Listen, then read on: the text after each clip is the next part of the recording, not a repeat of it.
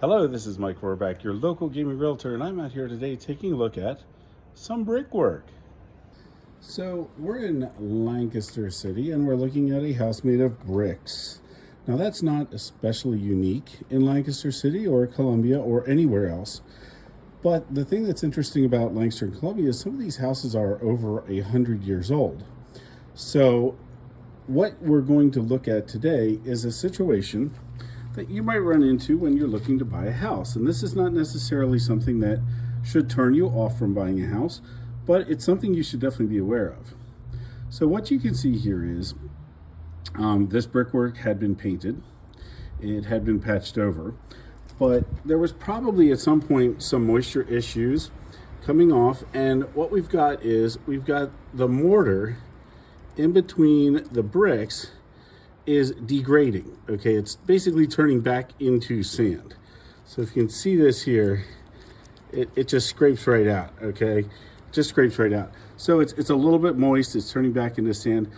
Luckily, there are some things you can do to mitigate this. They're not necessarily cheap, but depending on what you're paying for the house, it could be worth doing. So the first thing that you could do is you could take all the paint off, take everything that has been applied to the wall and clean out all the old mortar that is not solid anymore. You basically take a chisel in there, you get rid of it all. Of course, you don't do this, you have a professional do this. And then you do what's called repointing the brick, which is putting new mortar in between the bricks. With modern techniques, modern chemicals, it is going to fix the problem.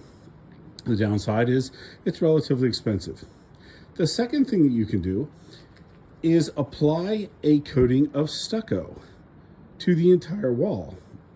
Now, I will give you some advantages and disadvantages at the end of the video if you're really interested, but basically stucco is putting a new surface on top of the wall, and it involves Tyvek house wrap and then a wire mesh and 2 layers of stucco.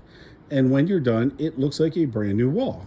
And it can have different textures, and it is actually, for a large area, cheaper than repointing the brick. So if you want the real brick look, you're going to pay for repointing. If you don't, or if maybe you want to add some color or some texture to your wall, you might consider stucco. But this is something you want to be aware of and look at, but not necessarily should it keep you from buying a house.